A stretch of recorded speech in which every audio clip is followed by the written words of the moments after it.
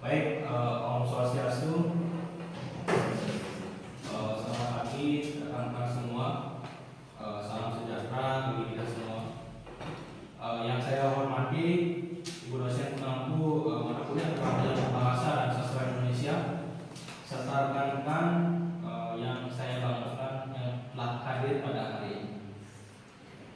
Puji syukur kita panjatkan kehadiran Tuhan Yang Maha Esa, karena atas rahmat dan karunia-Nya kita dapat berkumpul pada hari ini dalam keadaan sehat untuk mengikuti kegiatan presentasi hari ini.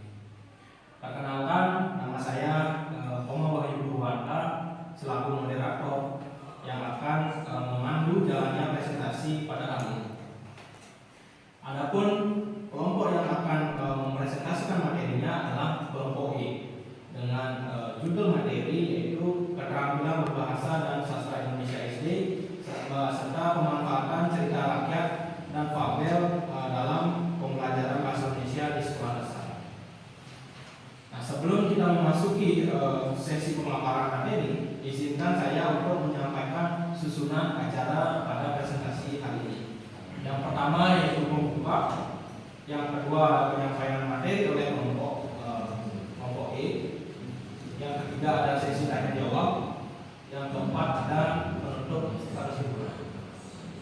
Nah, setiap anggota kami berikan waktu 5 menit untuk memaparkan materinya. Jadi mohon untuk para pemateri agar dapat mengalokasikan waktunya dengan baik. Nah, baik, untuk mempersingkat waktu kepada kelompok penyaji, kami persilakan untuk menyampaikan materinya. Waktu dan kesempatan serta dapat kami persilakan. Baik, terima kasih atas waktunya moderator. Saya Koma Andayani akan membahas pembahasan yang pertama, yaitu pengertian cerita rakyat dan fabel. Nah, cerita rakyat merupakan salah satu bentuk karya sastra yang hidup dan berkembang di masyarakat secara turun-temurun. Nah, cerita ini biasanya diwariskan dari generasi ke generasi melalui tulisan lisan dan mencerminkan nilai-nilai budaya, norma sosial, serta kearifan lokal suatu daerah. Cerita rakyat tidak hanya berfungsi sebagai hiburan, tetapi juga sebagai sarana pendidikan moral dan pembentukan karakter bagi siswa. Nah, menurut Dananjaya, cerita rakyat adalah bagian dari folklore yang diwariskan secara lisan dan memiliki fungsi sebagai alat pendidikan, pengesahan norma sosial, serta pengendalian perilaku dalam masyarakat. Selain itu, cerita rakyat juga memiliki berbagai jenis seperti legenda, mite, dan dongeng. Dengan demikian, cerita rakyat yang relevan digunakan sebagai media pembelajaran karena mampu menghubungkan materi pembelajaran dengan kehidupan nyata.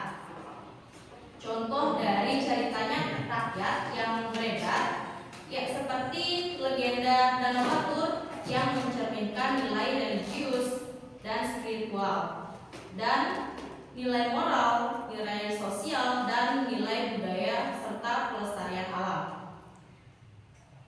Sementara itu, fabel merupakan salah satu jenis cerita fiksi yang menampilkan tokoh-tokoh berupa hewan yang memiliki sifat dan perilaku seperti manusia. Dalam fabel, setiap tokoh biasanya mewakili karakter tertentu seperti kejujuran, kecerdikan, keserakahan, ataupun kebaikan. Nah, menurut Nurgiantoro, fabel adalah cerita yang menggunakan binatang atau tokoh utama yang berperilaku seperti manusia dan bertujuan untuk menyampaikan ajaran moral secara sederhana dan mudah dipahami oleh anak. Fabel memiliki keunggulan dalam pembelajaran karena biasanya cenderung sederhana, alur yang jelas, serta mengandung pesan moral yang eksplisit. Hal ini membuat siswa lebih mudah memahami isi cerita sekaligus mengambil nilai-nilai positif yang terkandung di dalamnya. Selain itu, penggunaan tokoh hewan membuat cerita menjadi lebih menarik dan menyenangkan bagi anak-anak.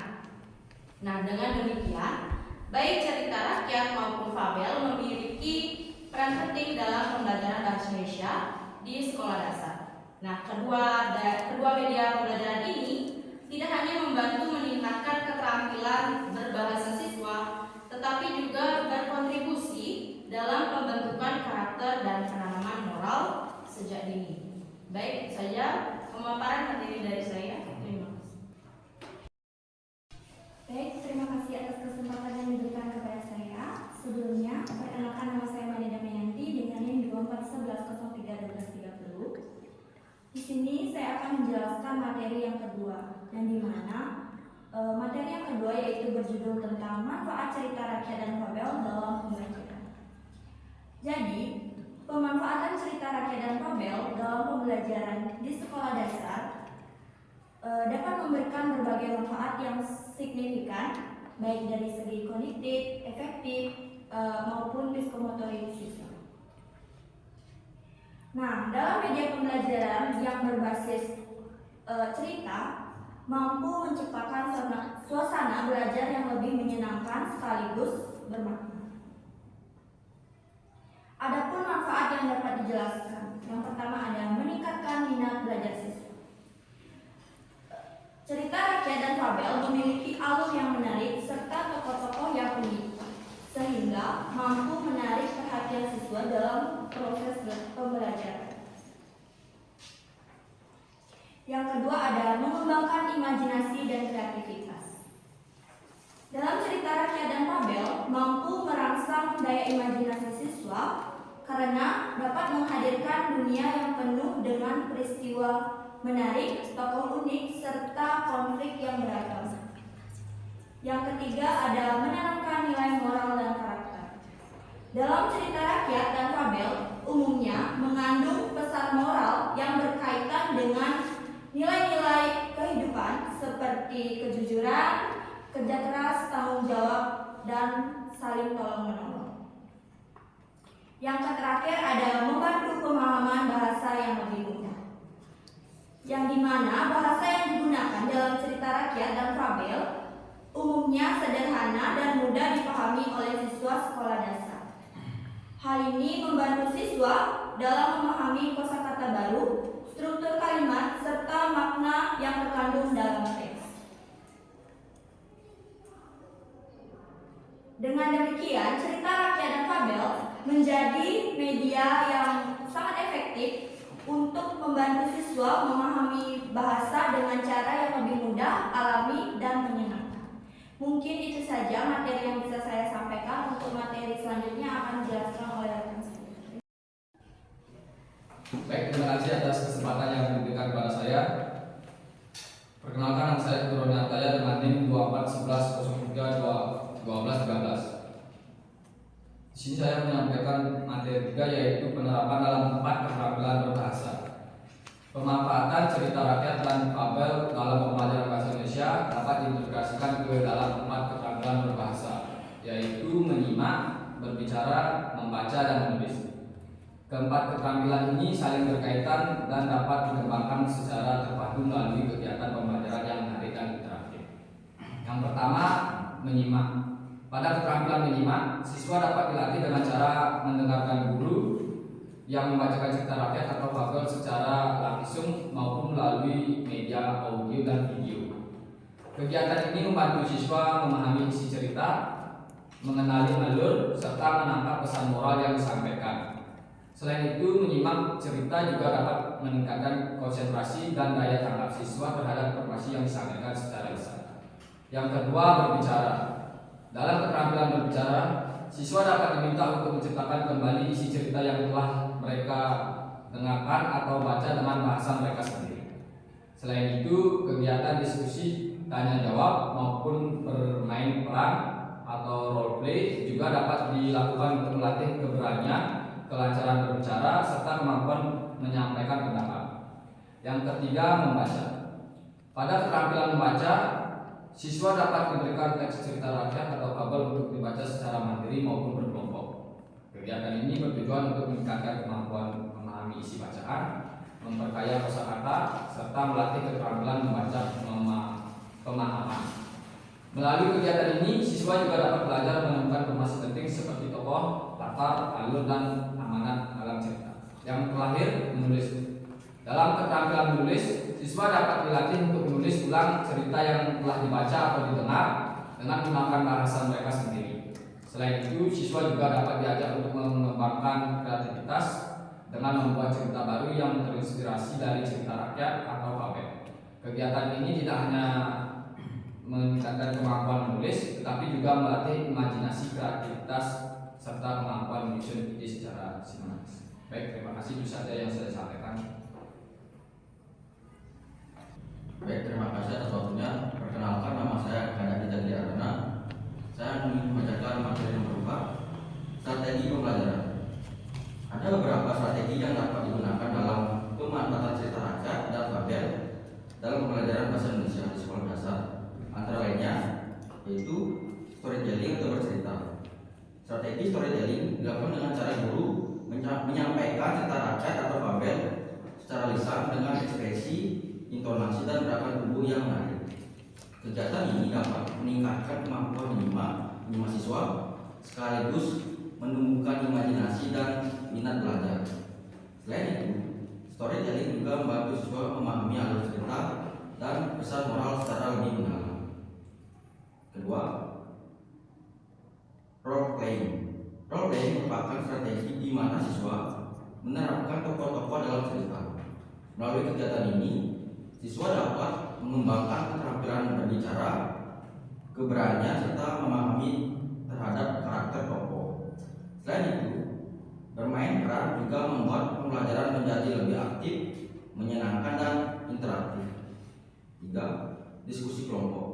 Diskusi kelompok dilakukan dengan membagi siswa ke dalam beberapa kelompok kecil untuk membahas isi cerita, tokoh, alur, serta pesan moral. Strategi ini melatih kemampuan berpikir kritis, bekerja sama, serta kemampuan menemukan pendapat.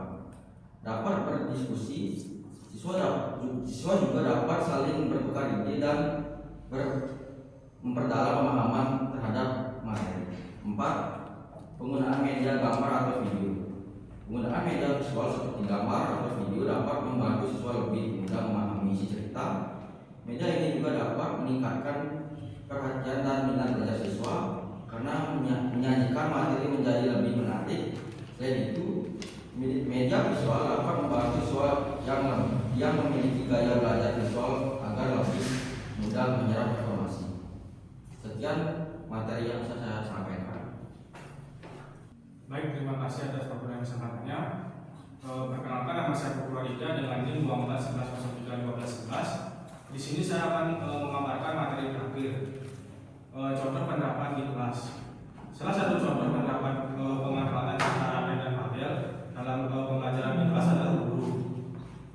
Guru membacakan sebuah cerita fabel kepada siswa dengan intonasi dan ekspresi. Setelah itu, siswa diminta untuk yang pertama menyebutkan tokoh dan pesan moral. Nah, kegiatan ini bertujuan untuk melatih kemampuan menyimak dan memahami isi cerita. Siswa diajar untuk mengidentifikasi tokoh-tokoh yang terdapat dalam cerita serta pesan moral yang terkandung di dalamnya. Yang kedua yaitu berdiskusi dalam kelompok. Siswa dibagi ke dalam kelompok kecil untuk mendiskusikan isi cerita lebih lanjut seperti alur, karakter, dan nilai-nilai yang dapat diambil. Diskusi ini membantu siswa mengembangkan kemampuan berpikir kritis dan kerjasama. Selanjutnya yang ketiga ada memerankan cerita.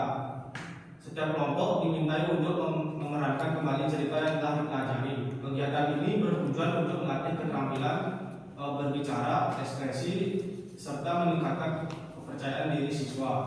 Yang terakhir, menulis kembali cerita dengan versi berbeda. Sebagai tahap akhir, siswa dimintai untuk menulis kembali cerita dengan versi mereka sendiri. Misalnya dengan mengubah alur atau akhir cerita. Kegiatan ini bertujuan untuk mengembangkan kreativitas serta keterampilan menulis siswa. Sekian pemaparan dari materi saya. Terima kasih.